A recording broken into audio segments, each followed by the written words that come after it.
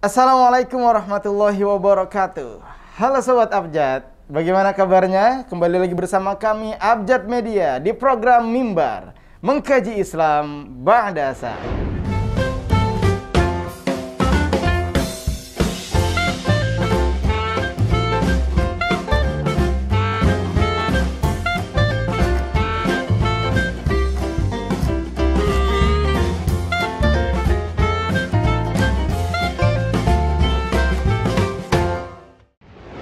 Pada kesempatan kali ini seperti biasa, kita sudah ditemani oleh guru kita bersama Al-Mukarram Dr. Kiai Haji Mukhlis Hanafi MA. Assalamualaikum Guru. Waalaikumsalam warahmatullahi wabarakatuh. Baik Guru, ini ada beberapa pertanyaan yang ingin kami ajukan tentang zakat profesi.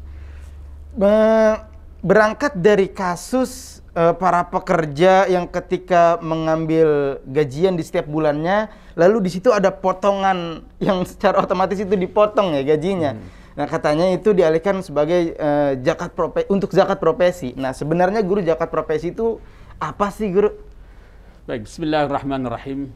Alhamdulillah wassalatu wassalamu ala Rasulillah wa ala alihi wa ashabihi wa man walah wa ba'd.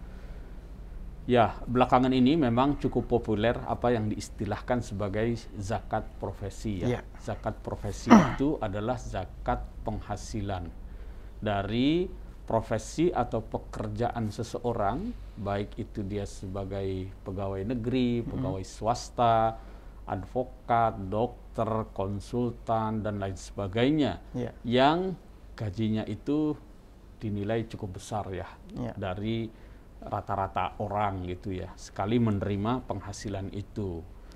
Nah sebenarnya kalau kita merujuk kepada pandangan-pandangan ulama terkait dengan zakat profesi ini, memang terjadi perbedaan pendapat.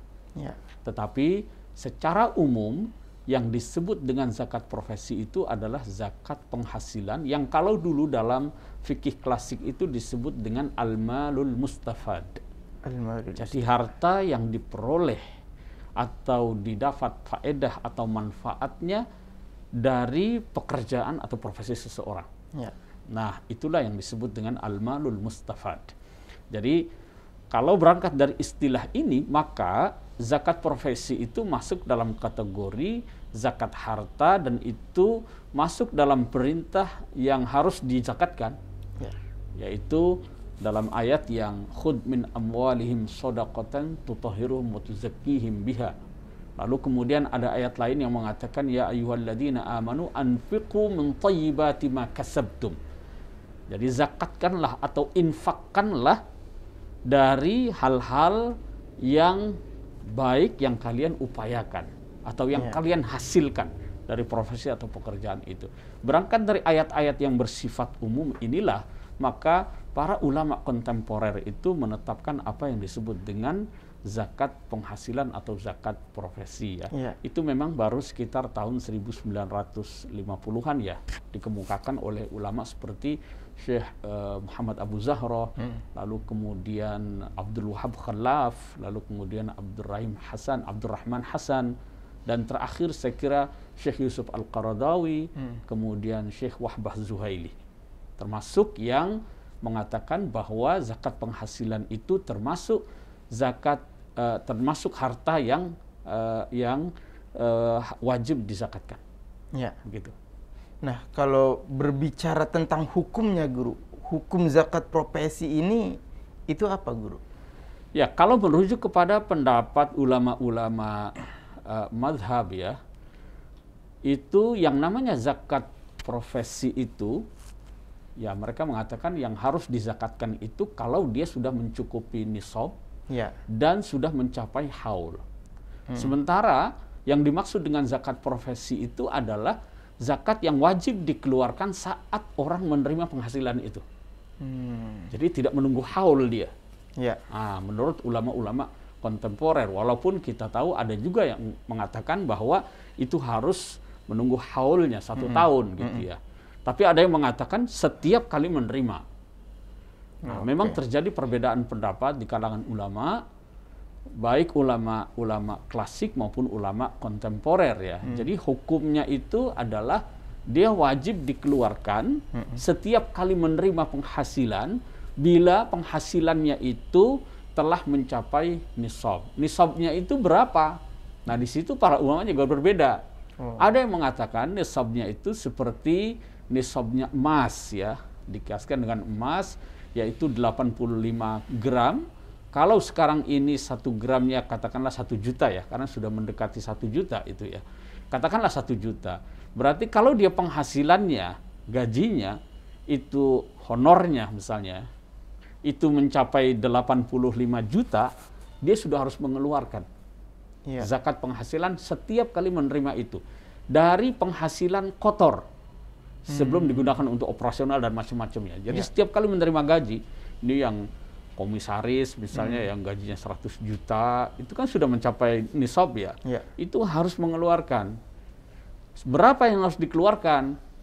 Kalau dia mengkiaskan dengan zakat mal, maka dia 2,5%. Nah, ada pendapat yang mengatakan zakatnya itu seperti zakat pertanian.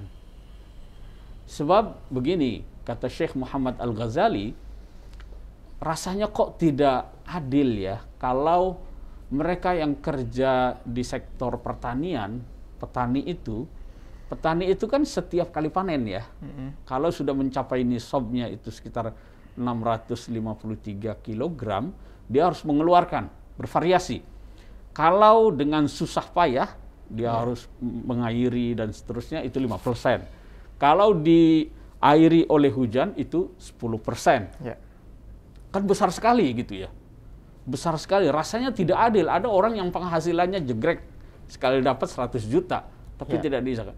Ini saja yang petani, yang kalau 653 itu kan kira-kira, kalau 1 kilonya itu beras 10.000 misalnya, kan 6.500.000 misalnya ya. 6.500.000 saja sudah kena pajaknya, sudah kena zakatnya. Mengapa ini yang 100 juta kok tidak dikenakan? Gitu ya. Maka menurut Syekh Muhammad Al-Ghazali itu, yang adil itu adalah kalau ini diperlakukan seperti zakat pertanian. Nah, yaitu apa? 5% atau 10% setiap kali dia menerima dari penghasilan kotor. Tapi ada yang mengatakan itu 2,5% dari yang dia terima. Kalau sudah mencapai nisabnya.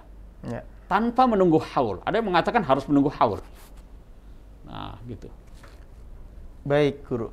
Terkait zakat ini, bisa nggak Guru zakat profesi ini dialihkan atau diganti menjadi sodakoh, Guru? Begini, mungkin yang agak menimbulkan kebingungan itu kalau dia pegawai rendahan ya, yang gajinya itu mungkin hanya 6,5 juta atau 10 juta gitu ya. Kadang-kadang ada kebijakan di beberapa kantor itu langsung dipotong pajaknya, dipotong zakatnya maksudnya.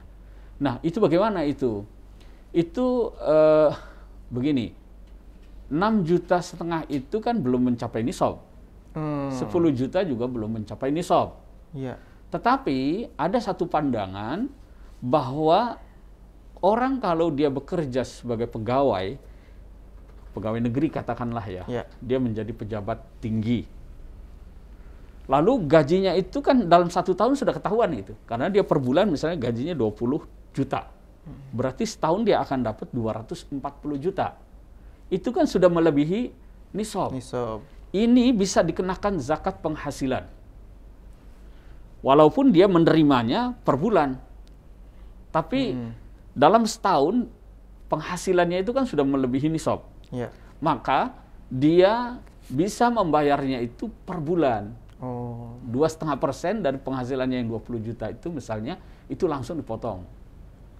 Nah, bagaimana kalau yang misalnya hanya 7 juta misalnya. 7 juta berarti kan setahun dia penghasilannya 84 juta. Itu kan sudah mendekati nisab, katakanlah sudah mencapai nisab ya. Ngepas.